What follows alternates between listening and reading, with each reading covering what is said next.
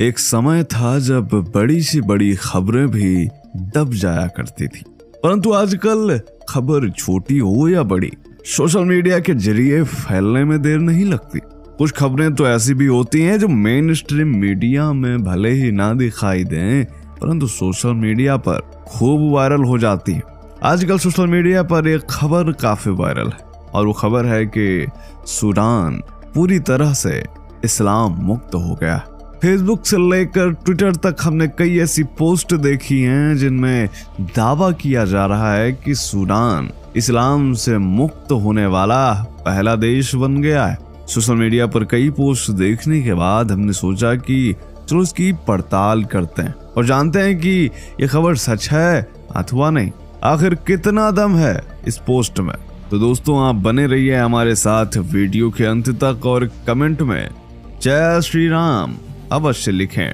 नमस्कार, स्वागत है आप सब। इस खबर की जब हमने पड़ताल शुरू की तो पता चला कि सूडान में इन दिनों गृह युद्ध छिड़ा हुआ है। दो जनरलों की लड़ाई में सूडान पिस रहा है। आज तक न्यूज की वेबसाइट से हमें पता चला कि अफ्रीकी देश सूडान में हालात काफी बिगड़े हुए हैं। आजादी से पहले ही सूडान गृह युद्ध की आग में झुलस रहा है। वहां सेना और पैरामिलिट्री फोर्स में जंग छिड़ गई।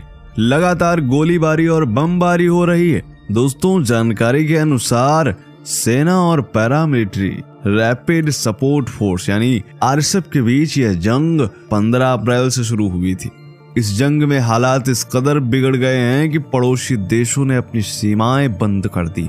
भारत सहित दुनिया भर के तमाम देश वहां फंसे अपने नागरिकों को निकालने के लिए ऑपरेशन चला रहे हैं। दोस्तों, और तह तक जाने के बाद हमें यह पता चल चुका था कि सूडान में चल रहा यह संघर्ष आजादी के लिए लड़ा जाने वाला संघर्ष है। परंतु कैसी आजादी और किससे आजादी के लिए यह संघर्ष चल रहा है? तो दोस्तों, ऐतिहासिक दस्तावेजों के अनुसार सूडान पर मिस्र और ब्रिटेन का शासन हुआ करता था। वर्ष 1952 में यहाँ आजादी के लिए जनमत संग्रह हुआ। इसके बाद 1956 में सूडान को आजादी मिली। हालांकि आजादी मिलने के बाद दक्षिणी सूडान की आबादी बहुत ज्यादा खुश नहीं थी। नतीजा ये हुआ कि उत्तर सूडान और दक्षिण सूडान के बीच गृह युद्ध छिड़ गया और 17 सालों तक चला। एक अनुमान है कि इसमें 5 लाख से अधिक लोग मारे गए थे। 1972 में शांति समझौते के बाद गृह युद्ध खत्म हुआ। इसके 10 वर्ष बाद फिर से गृह युद्ध छिड़ गया जो 2005 तक चला। फिर 2005 में सूडान सरकार और पीपुल्स लिबरेशन आर्मी के बीच शांति समझौता हुआ। समझौते में तय हुआ कि दक्षिणी सूडान को नया देश बनाया जाएगा क्योंकि दक्षिणी सूडान ईसाई बहुल था और उत्तरी सूडान मुस्लिम बहुल। इसी समझौते के बाद 9 जुलाई 2011 में दक्षिणी सूडान अफ्रीकी महाद्वीप का 54वां देश बना। सूडान के 2 हिस्से तो हो गए, लेकिन तनाव फिर भी कम नहीं हुआ।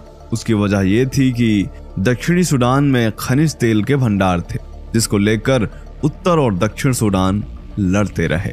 2012 में फिर समझौता होता है जिसमें तय हुआ कि सीमा के 10 किलोमीटर दायरे को डीमिलिटराइज किया जाएगा, यानी वहां किसी भी देश की सेनाएं नहीं रहेंगी और दक्षिणी सूडान तेल का निर्यात जारी रखेगा। उत्तरी सूडान में चल रहे मौजूदा संघर्ष की जड़ें अप्रैल 2019 से जुड़ी हुई। प्राप्त जानकारी के अनुसार वर्ष 1989 में उमर अल बशीर ने उत्तरी सूडान की सत्ता पर कब्जा कर लिया था और उसने सूडान में इस्लामिक कानून शरिया लागू कर दिया था।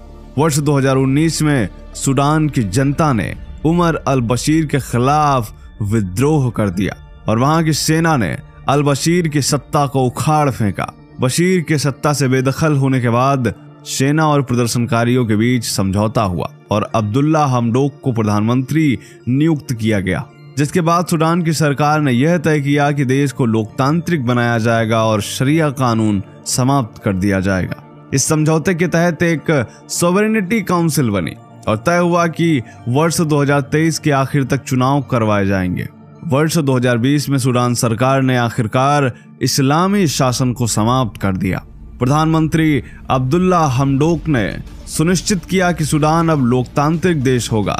यह देश अब संविधान से चलेगा जहां सभी नागरिकों के अधिकारों को सुनिश्चित किया जाएगा। लेकिन इससे भी बात नहीं बनी। अक्टूबर 2021 में सेना ने तख्ता पलट कर दिया और जनरल बुरहान देश के राष्ट्रपति बन गए तथा आरएसएफ लीडर मोहम्मद हमदान डगालो उपराष्ट्रपति बन गए। सूडान में मिलिट्री रूल हो गए।